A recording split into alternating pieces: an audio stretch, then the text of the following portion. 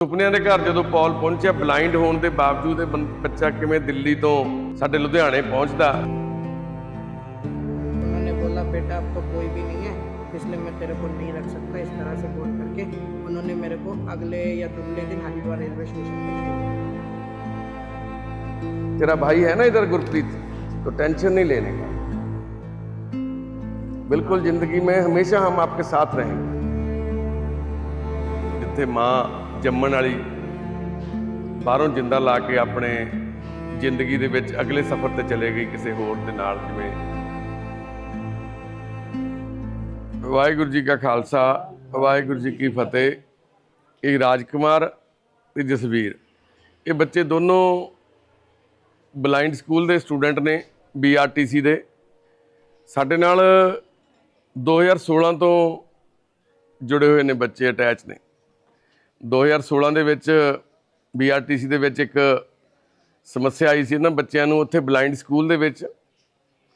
ਤਾਂ ਉਦੋਂ ਅਨਮੋਲ ਕਵਾਤਰਾ ਨੇ, ਸਾਡੇ ਛੋਟੇ ਭਰਾ ਨੇ, ਇਹਨਾਂ ਬੱਚਿਆਂ ਦੇ ਲਈ ਆਵਾਜ਼ ਉਠਾਈ ਸੀ। ਇਹਨਾਂ ਨੂੰ ਚੰਗੇ ਫੂਡ ਵਾਸਤੇ, ਖੇਲ ਗਰਾਊਂਡ ਵਾਸਤੇ, ਇਹਨਾਂ ਦੀ ਸਟੱਡੀ ਵਾਸਤੇ। ਅਤੇ ਉਸ ਪ੍ਰੋਟੈਸਟ ਦੇ ਵਿੱਚ ਅਸੀਂ ਵੀ ਜਾ ਕੇ ਹਿੱਸਾ ਬਣੇ। ਉਸ ਤੋਂ ਬਾਅਦ ਮੈਨੇਜਮੈਂਟ ਨੇ BRT ਸਕੂਲ ਆ ਜਿਹੜਾ ਬਲਾਈਂਡ ਅਤੇ ਡੰਮ ਬੱਚਿਆਂ ਵਾਸਤੇ ਬਣਿਆ ਹੋਇਆ, ਉਹਦੇ ਵਿੱਚ ਮੈਨੇਜਮੈਂਟ ਨੇ ਫਿਰ ਬਹੁਤ ਸਾਰੀਆਂ ਚੀਜ਼ਾਂ ਦੇ ਬਦਲਾਵ ਕੀਤੇ। ਇਹਨਾਂ ਬੱਚਿਆਂ ਦੇ ਹੋਸਟਲ ਦੇ ਵਿੱਚ ਰਿਹਾਇਸ਼ ਲਈ, ਖਾਣ ਪੀਣ ਲਈ, ਗੇਮਾਂ ਲਈ, ਉਹ ਸਾਰੀਆਂ ਚੀਜ਼ਾਂ ਜੋ ਇਹਨਾਂ ਦੀਆਂ ਮੰਗਾਂ ਸੀ ਉਹ ਮੰਨੀਆਂ ਗਈਆਂ। ਅਤੇ ਉਦੋਂ ਤੋਂ ਹੀ ਅਸੀਂ ਇਹਨਾਂ ਬੱਚਿਆਂ ਦੇ ਨਾਲ, ਜਸਵੀਰ, ਰਾਜਕੁਮਾਰ, ਹੋਰ ਬਹੁਤ ਸਾਰੇ ਬੱਚੇ ਨੇ, ਅਤੇ ਜਿਹੜੇ ਬੜੇ ਹੋਣਹਾਰ ਬੱਚੇ ਨੇ, ਬੜੇ ਇੰਟੈਲੀਜੈਂਟ ਬੱਚੇ ਨੇ। ਠੀਕ ਆ, ਜਿਹੜੀ ਸਰੀਰਕ ਕਮੀ ਆ ਉਹ ਭਗਵਾਨ ਦੇ ਹੱਥ 'ਚ ਆ। ਕਿਸੇ ਦੇ ਅੰਗ ਪੈਰ ਘੱਟ ਆ, ਕਿਸੇ ਦੀ ਕੋਈ ਸਮੱਸਿਆ, ਕਿਸੇ ਦੀ ਕੋਈ ਸਮੱਸਿਆ। ਜਿਵੇਂ ਇਹਨਾਂ ਬੱਚਿਆਂ ਨੂੰ, ਇਹ ਬਲਾਈਂਡ ਨੇ, ਪਰ ਬਲਾਈਂਡ ਹੋਣ ਦੇ ਬਾਵਜੂਦ ਵੀ ਇਹਨਾਂ ਨੇ ਆਪਣੀ ਜ਼ਿੰਦਗੀ ਦਾ ਸੰਘਰਸ਼ ਦੂਜਿਆਂ ਤੋਂ ਬਿਹਤਰ ਤਰੀਕੇ ਨਾਲ ਲੜਿਆ। ਅੱਜ ਰਾਜਕੁਮਾਰ ਜੌਬ ਕਰਦਾ ਬੈਂਕ ਦੇ ਵਿੱਚ। ਰਾਜਕੁਮਾਰ ਕਿਸ ਪੋਸਟ 'ਤੇ ਪੁੱਤ? मैं दफ्तरी दी पोस्ट। ਹਾਂ, ਦਫ਼ਤਰੀ ਕਲੈਰੀਕਲ ਦੇ ਕੰਮ ਦੇ ਵਿੱਚ ਰਾਜਕੁਮਾਰ ਬੈਂਕ ਦੇ ਵਿੱਚ ਜੌਬ ਕਰਦਾ। ਬਰੇਲ ਪੜ੍ਹੇ ਹੋਏ ਨੇ ਬੱਚੇ। ਜਸਵੀਰ ਵੀ ਹੁਣ ਅੱਗੇ ਗ੍ਰੈਜੂਏਸ਼ਨ ਕਰ ਰਿਹਾ ਵਾ, ਗ੍ਰੈਜੂਏਸ਼ਨ ਕਰਕੇ ਵੀ ਸਰਕਾਰੀ ਜੌਬ ਕਰਨੀ ਚਾਹੁੰਦਾ। ਇਸੇ ਤਰ੍ਹਾਂ ਹੀ ਸਾਡੇ ਕੋਲ ਇੱਕ ਬੱਚਾ, ਸਾਡੇ ਪਰਿਵਾਰ ਦਾ ਮੈਂਬਰ ਪੌਲ ਆਇਆ ਸੀ। ਪੌਲ ਮਸੀਹ ਸਾਡੀ ਜ਼ਿੰਦਗੀ ਦਾ ਹਿੱਸਾ ਬਣ ਗਿਆ ਪਿਛਲੇ 7-8 ਮਹੀਨਿਆਂ ਦੇ ਵਿੱਚ। ਇਹ ਬੱਚਾ ਜਦ ਸਾਡੇ ਕੋਲ ਆਇਆ, ਇਹਨੇ ਦੱਸਿਆ ਵੀ ਗੁਰਦੁਆਰਾ ਰਕਾਬਗੰਜ ਸਾਹਿਬ ਦਿੱਲੀ, ਵੀ ਮੈਂ ਉੱਥੇ ਸੀ ਬੈਠਾ ਇੱਕ ਦਿਨ ਸੰਗਤ ਦੇ ਵਿੱਚੋਂ, ਮੈਨੂੰ ਕਿਸੇ ਨੇ ਤੁਹਾਡਾ ਨੰਬਰ ਦਿੱਤਾ ਅਤੇ ਐਡਰੈਸ ਦੇ ਕੇ ਇੱਥੇ ਭੇਜ ਦਿੱਤਾ ਗਿਆ ਸੁਪਨਿਆਂ ਦੇ ਘਰ। ਅਤੇ ਸੁਪਨਿਆਂ ਦੇ ਘਰ ਜਦੋਂ ਪੌਲ ਪਹੁੰਚਿਆ, ਬਲਾਈਂਡ ਹੋਣ ਦੇ ਬਾਵਜੂਦ ਇਹ ਬੱਚਾ ਕਿਵੇਂ ਦਿੱਲੀ ਤੋਂ ਸਾਡੇ ਲੁਧਿਆਣੇ ਪਹੁੰਚਦਾ, ਕਿਵੇਂ ਆਟੋ ਕਰਾ ਕੇ, ਕਿਵੇਂ ਨਾ ਕਿਵੇਂ ਪੁੱਛਦਾ ਪਛਾਉਂਦਾ ਇਹ ਸੁਪਨਿਆਂ ਦੇ ਘਰ ਆਉਂਦਾ। ਆਉਣ ਤੋਂ ਬਾਅਦ ਅਸੀਂ ਇਹਦੇ ਨਾਲ ਗੱਲਾਂ ਕਰਦੇ ਹਾਂ। ਇਹ ਬੱਚੇ ਨੇ ਆਪਣੀ ਜ਼ਿੰਦਗੀ ਦੀ ਅਸਲ ਕਹਾਣੀ ਦੱਸੀ, ਵੀ ਮੈਂ ਕਿੱਦਾਂ ਜੰਮਿਆ, ਕਿਵੇਂ ਪਲਿਆ, ਕਿੱਥੋਂ ਆਇਆ। ਪੌਲ ਬੇਟਾ, ਤੇਰਾ ਜਨਮ ਕਿੱਥੇ ਹੋਇਆ ਸੀਗਾ? ਕੁਛ ਯਾਦ ਹੈ ਤੈਨੂੰ? ਪਤਾ ਹੈ ਤੇਰਾ ਜਨਮ ਕਿੱਥੇ ਹੋਇਆ ਸੀ ਪੌਲ? जन्म तो चंडीगढ़ में। ਚੰਡੀਗੜ੍ਹ ਹੋਇਆ ਸੀਗਾ। ਠੀਕ ਹੈ ਬੇਟਾ। ਉਸ ਤੋਂ ਬਾਅਦ ਕੀ ਹੋਇਆ? ਤੂੰ ਕਿੱਥੇ ਰਿਹਾ? उसके बाद मैं जी अलग अलग संस्थाओं में रहा हूँ मैं। ਨਹੀਂ ਬੇਟੇ, ਮਾਂ ਬਾਪ ਤੋਂ ਅਲੱਗ ਕਿੱਦਾਂ ਹੋ ਗਿਆ ਤੂੰ? ਮਾਂ ਬਾਪ ਕਿੱਥੇ ਨੇ ਤੇਰੇ? मम्मी पापा तो पता नहीं, पर मेरी जो मम्मी है पहले वो मेरे को ताले में बंद करके चली गई, कहाँ चली गई थी बेटा? कमरे के अंदर। नहीं, चंडीगढ़ में ही? हाँ, चंडीगढ़ में। अच्छा, दरबार कमरा मतलब रूम रेंट पे था या क्या घर था? रेंट पे। रेंट पे रहते थे।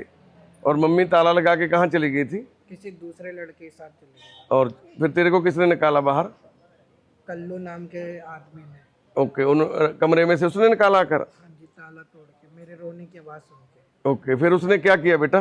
उसने मेरे से पूछा कि डैडी कहाँ है? मैंने कहा मेरे को नहीं पता, पर मम्मी चली गई किसी के साथ में। ठीक है, तो फिर बेटा कल्लू ने क्या किया बेटा फिर?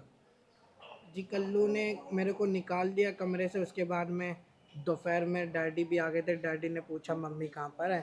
हाँ, मैंने कहा कि पापा किसी के साथ में चली गई। ठीक है। फिर मेरे पापा जी ने भी मेरे को 2-3 दिन अपने साथ रखा। फिर उन्होंने बोला बेटा अब तो कोई भी नहीं है, इसलिए मैं तेरे को नहीं रख सकता, इस तरह से बोल करके उन्होंने मेरे को अगले या दुगले दिन हरिद्वार रेलवे स्टेशन पर छोड़ दिया। ओके, तेरे को सारी चीज़ें याद है? तो कितना बड़ा था तू? जी ज़्यादा बड़ा तो नहीं था मैं जी, 4-5 साल का था उस समय। वो बातें तेरे को याद है सब? ठीक है। और हरिद्वार स्टेशन पे जब तेरे को छोड़ा उन्होंने, फिर उसके बाद क्या हुआ बेटा? फिर उसके बाद में मेरे को कोई भिक्षक लोगों ने अपने कब्जे में कर लिया, जो सड़क पे घूमते रहते हैं, जी। उन्होंने अपने कब्जे में कर लिया उनसे। फिर मेरे को दूसरे ने ले लिया अपने हाथ में। उस समय मेरे को इतनी नॉलेज नहीं थी कि किससे क्या बोलना है करके। फिर उसके बाद में एक और बाबा हैं जिनका नाम रामदास है, उन्होंने मेरे को ले लिया और वो ले जाकर राजस्थान अलवर एक वहाँ पे इंजॉय है, मतलब संस्था है कोई, वहाँ पे ले गए वो मेरे को। फिर मैं वहाँ से दिल्ली में एक और आश्रम है कश्मीरी गेट के पास, मैं वहाँ पे भी मेरे को डाल दिया उन्होंने। अलवर से फिर दिल्ली चले गए तुम? हाँ जी। दिल्ली आश्रम में डाल दिया। हाँ जी। तो फिर वहां पे पढ़ाई कहाँ पे शुरू हुई तुम्हारी? पढ़ाई मेरी प्रेम धाम आश्रम से शुरू हुई है। दिल्ली से? नहीं नहीं नहीं, यूपी से। ओके, फिर दिल्ली से आगे आश्रम से फिर यूपी भेज दिया? हाँ जी। ये दिल्ली आश्रम वालों ने भेजा था? हाँ जी, हाँ जी, दिल्ली आश्रम वालों। उन्होंने फिर तेरे को पढ़ाई के लिए भेज दिया यूपी में? यूपी में। यूपी में कौन सा स्कूल था? यूपी में स्कूल नहीं, यूपी वालों ने मेरे को देहरादून में पढ़ाया। अच्छा, देहरादून में पढ़ा दिया। हाँ जी। ओके, देहरादून में कौन सा स्कूल था? Sharp memorial school for the blind. For the blind. वहीं पे हॉस्टल में रहे फिर तुम? हाँ जी। कितना साल रहे वहाँ पे मनीष? हॉस्टल में तो जी मैं 1 साल रहा वहाँ पे। इससे पहले मैं बिजनौर में भी पढ़ा हूँ, वहाँ पे मैं 7 साल रहा। बिजनौर में भी हॉस्टल में रहे तुम 7 साल? हाँ जी, हाँ जी। तो 7 साल वहीं पे रह के 7 पढ़ाई? साल, हाँ जी, 7 साल रह के मैंने वहाँ पे 7th क्लास की। 7th क्लास की। हाँ जी। और 7th के बाद फिर कहाँ पे गए? देहरादून से मैंने 8th क्लास की। देहरादून से 8th क्लास की है।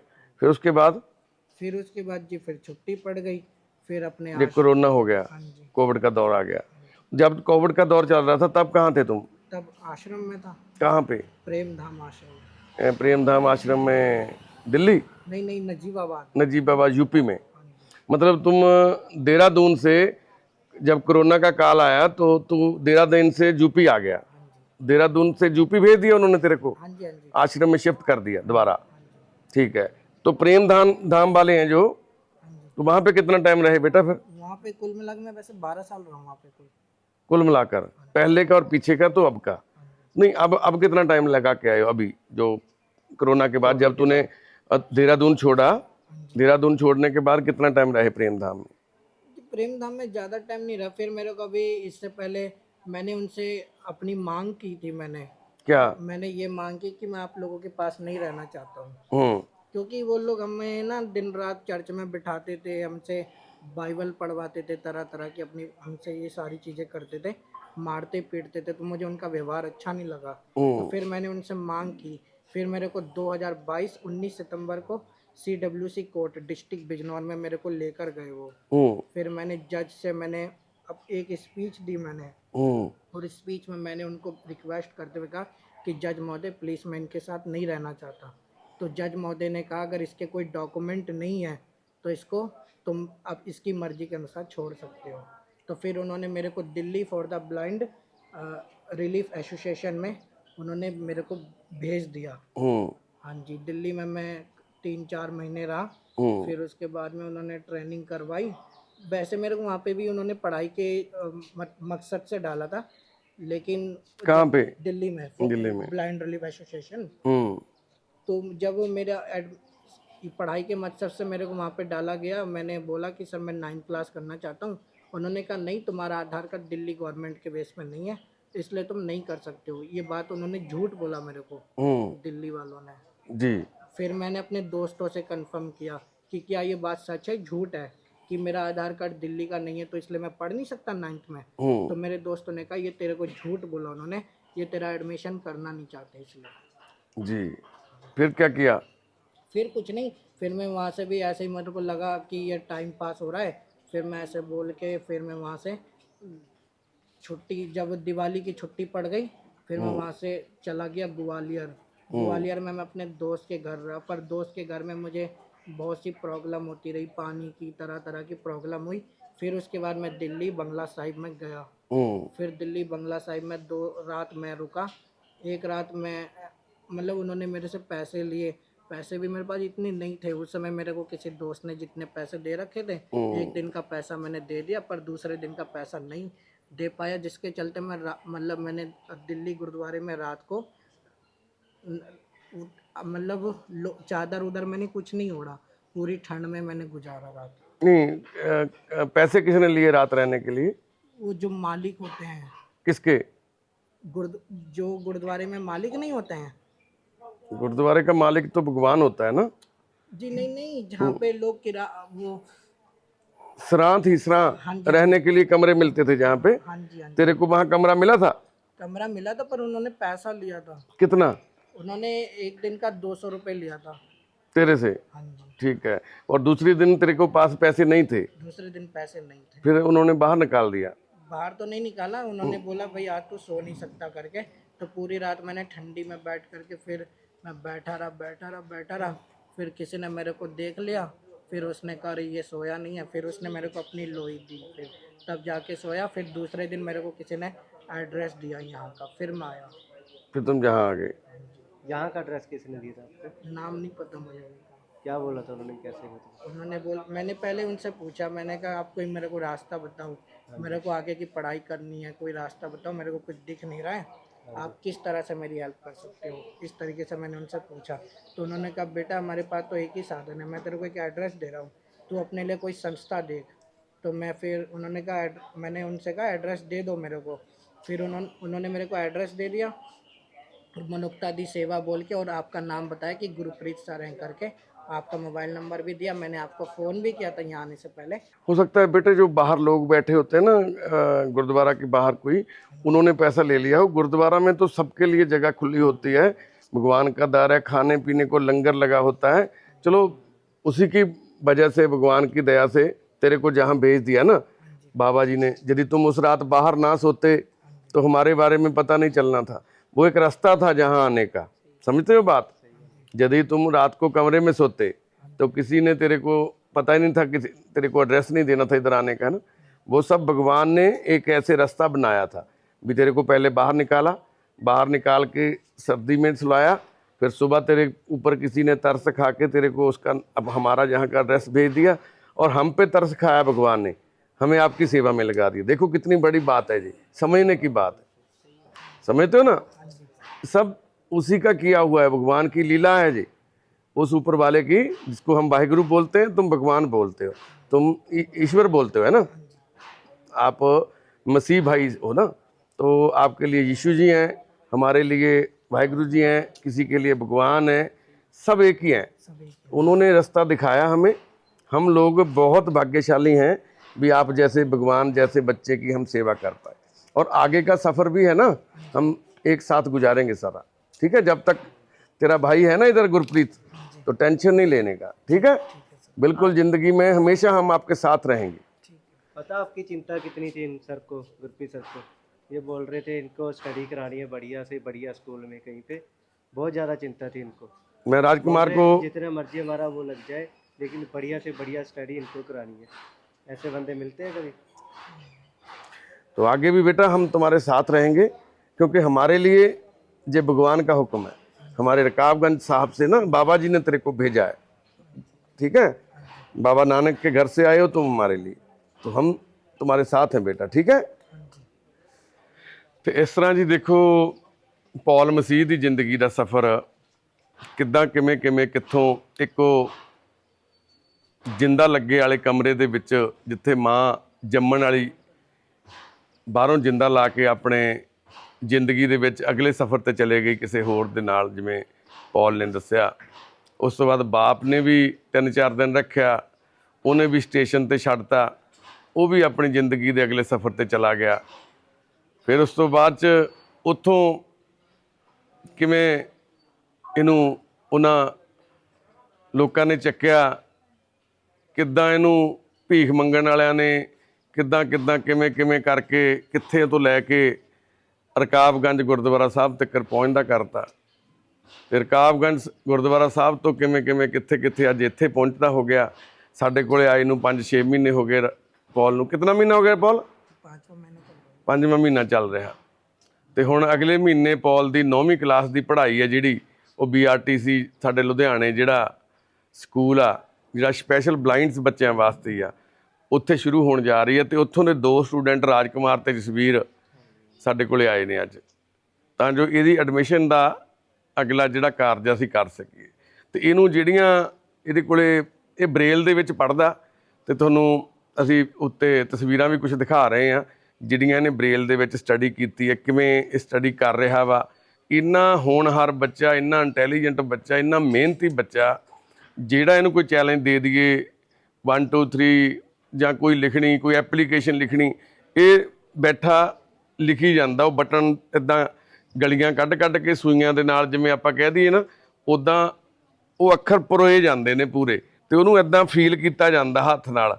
ਜਿਹੜਾ ਬ੍ਰੇਲ ਦੀ ਸਟੱਡੀ ਆ ਨਾ, ਹੱਥਾਂ ਨਾਲ ਫੀਲ ਕਰਕੇ ਫਿਰ ਉਹ ਪੜ੍ਹੀ ਜਾਂਦੀ ਆ, ਤੇ ਉਹ ਪੜ੍ਹਦਾ ਇਹ ਬੱਚਾ, ਤੇ ਆਉਣ ਵਾਲੇ ਜੀਵਨ 'ਚ ਚੰਗਾ ਅਫਸਰ ਬਣ ਸਕੇ, ਚੰਗਾ ਇੱਕ ਇਹ ਇਨਸਾਨ ਬਣ ਸਕੇ। ਸਾਡੀ ਇਹ ਛੋਟੀ ਜਿਹੀ ਕੋਸ਼ਿਸ਼ ਪਰਮਾਤਮਾ ਨੇ ਜਿਹੜੀ ਸਾਡੀ ਡਿਊਟੀ ਲਾਈ ਆ, ਅਸੀਂ ਚੰਗੇ ਤਰੀਕੇ ਨਾਲ ਨਿਭਾ ਸਕੀਏ। ਤੁਸੀਂ ਸਾਰੇ ਅਰਦਾਸ ਕਰਿਓ ਪੌਲ ਮਸੀਹ ਵਾਸਤੇ। ਪੌਲ ਮਸੀਹ ਨਾਮ ਵੀ ਇਹਨੂੰ ਕਿਵੇਂ ਮਿਲਿਆ, ਕਿੱਥੋਂ ਮਿਲਿਆ, ਇਹ ਵਾਹਿਗੁਰੂ ਜਾਣਦਾ। ਪਰ ਸਾਡਾ ਹੁਣ ਤੋਂ ਬਾਅਦ ਪੌਲ ਮਸੀਹ ਸਾਡਾ ਮਨੁੱਖਤਾ ਦੀ ਸੇਵਾ ਦਾ ਮੈਂਬਰ ਆ। पॉल ठीक है भाई। पॉल तेरा एक और मैं बात पूछनी थी, जो पॉल मसीह तेरा नाम है, ये बचपने से था या बाद में रखा जब स्कूल में दाखिल कराया? सेंट जोसेफ हाई स्कूल के प्रिंसिपल मैम ने रखा है। अच्छा, तेरा उससे पहले तेरे को क्या नाम से पुकारते थे? जी वो तो मेरे को याद नहीं है। जो ये तेरा नाम है पॉल मसीह, ये सेंट जोसेफ स्कूल जो कहाँ का है? यूपी का है। यूपी में, जहाँ पे तूने पहले स्टडी शुरू किया, जो पहली क्लास में भर्ती हुए थे ब्रेल की, वहाँ पे तेरा नाम उन्होंने रखा पॉल मसीह। ठीक है भाई। तो तू जब से तेरे को लगा, समझ आने लगा, तब से तेरा नाम पॉल मसीह है? ठीक है। तो बचपने का तेरा नाम तेरे को याद नहीं है? ठीक है। चलो, साडा पॉल सिंह मसीह अगला सफ़र अपनी जिंदगी का अपनियां यादां नाल, चंगियां यादां नाल बतीत कर सके। बहुत बहुत धन्यवाद राजकुमार जी, तुहाडा, जसवीर जी तुहाडा। सत श्री अकाल राजकुमार ते जसवीर, हुण ਤੁਹਾਡੀ ਜ਼ਿੰਮੇਵਾਰੀ ਹੈ ਇਹ। ਠੀਕ ਹੈ, ਅੱਜ ਤੋਂ ਬਾਅਦ ਤੁਸੀਂ ਦੇਖੋ ਇੱਕ ਬਲਾਈਂਡ ਦੀ ਗੱਲ ਸਮਝ ਸਕਦਾ ਬਿਹਤਰ ਤਰੀਕੇ ਨਾਲ, ਕਿਉਂਕਿ ਤੁਸੀਂ ਖੁਦ ਆਪਣੀ ਲਾਈਫ ਨੂੰ ਇਸ ਤਰੀਕੇ ਨਾਲ, ਹਨਾ, ਹੁਣ ਤੁਹਾਨੂੰ ਦੇਖ ਕੇ ਕੋਈ ਨਹੀਂ ਕਹਿ ਸਕਦਾ ਤੁਸੀਂ ਬਲਾਈਂਡ ਹੋ, ਹਨਾ। ਤੁਹਾਡੇ ਕੰਮ, ਜੌਬ ਕਰਦੇ ਹੋ, ਤੁਸੀਂ ਸਟੱਡੀ ਕਰਦੇ ਹੋ, ਤੇ ਇਹਨੂੰ ਵੀ ਤੁਸੀਂ, ਮੈਂ ਉਮੀਦ ਕਰਦਾ, ਆਪਣੇ ਵਾਂਗ ਇੱਕ ਚੰਗਾ ਇਨਸਾਨ ਬਣਨ ਦੇ ਵਿੱਚ ਸਾਥ ਦਿਓਗੇ। ਠੀਕ ਹੈ ਪੌਲ। ਇਹਨਾਂ ਚੋਂ ਜਸਵੀਰ ਕੌਣ ਆ, ਰਾਜकुमार कौन? राजकुमार भैया तो ये है, और ये जसवीर भैया मेरे पास खड़े हैं। ठीक है, ਤੇ ਇਹਨਾਂ ਦਾ ਨੰਬਰ ਵੀ ਸੇਵ ਕਰ ਲਾ ਆਪਣੇ ਫੋਨ ਦੇ ਵਿੱਚ। ਤੇ ਇਹਨੂੰ ਫੋਨ ਕਿਵੇਂ ਯੂਜ਼ ਕਰਨਾ, ਇੱਕ ਤੁਹਾਡੇ ਲਈ ਫੋਨ ਬੈਸਟ ਕਿਹੜਾ ਵਾ ਜਿਹੜਾ ਇਹਨੂੰ ਜ਼ਿਆਦਾ ਈਜ਼ੀ ਰਵੇ ਜਿਹੜਾ ਚਲਾਉਣਾ, ਉਹ ਫੋਨ ਕੋਈ ਹੈ? ਸਪੈਸ਼ਲ ਫੋਨ ਆਉਂਦਾ ਕੋਈ ਤੁਹਾਡਾ? ਇਹਨੂੰ ਨਾ ਜੀ ਪਹਿਲਾਂ ਹੀ ਚਲਾ ਲੈਂਦੋ, ਜਦੋਂ ਤੇ ਸਕੂਲ 'ਚ ਪੜ੍ਹਨਾ, ਇਹਨਾਂ ਆਪੇ ਟੱਚ ਫੋਨ ਉੱਤੇ मतलब कि स्टूडेंट्स को देख देख के सीख जाना, टच फोन ले देंगे इन्हों बाद में। ठीक है। हाँ जी, कुछ टॉक्स आंदा, नेट नोट जो मर्जी सब कुछ पढ़ी है, वो नेट ਤੇ ਹੀ ਪੜ੍ਹ ਸਕਦਾ। ਓਕੇ। ਨਹੀਂ ਫੋਨ ਤਾਂ ਮੈਨੂੰ ਹੁਣ ਜਦੋਂ ਐਡਮਿਸ਼ਨ ਕਰਾਉਣੀ ਹੈ ਫੋਨ ਦੇ ਕੇ ਭੇਜਾਂਗੇ ਅਸੀਂ, ਟੱਚ ਵਾਲਾ। ਨਹੀਂ ਟੱਚ ਰਹਿਣ ਦਿਓ ਜੀ, ਰਹਿਣ ਦੀ ਹੈ ਜੀ, ਪਹਿਲਾਂ ਸਿੱਖ ਲਈ ਜੀ ਉੱਥੇ। ਓਕੇ। ਹਾਂ ਜੀ, ਫਿਰ ਤੁਹਾਨੂੰ ਦੱਸ ਦਾਂਗੇ ਨਾ ਮਹੀਨੇ ਜਿਵੇਂ ਇਹ ਤੇਜ਼ ਹੋ ਹਾਂ, ਜਦੋਂ ਇਹ ਸਿੱਖ ਗਿਆ ਫਿਰ ਮੈਨੂੰ ਦੱਸ ਦਿਓ। ਇਹਨੂੰ ਟੱਚ ਫੋਨ ਮੈਂ ਲੈ ਕੇ ਦੇਵਾਂਗਾ। ਪੌਲ ਤੇਰੇ ਕੋਲ ਟੱਚ ਫੋਨ ਲੈ ਕੇ ਦੇਂਗੇ, ਠੀਕ ਹੈ ਬੇਟਾ?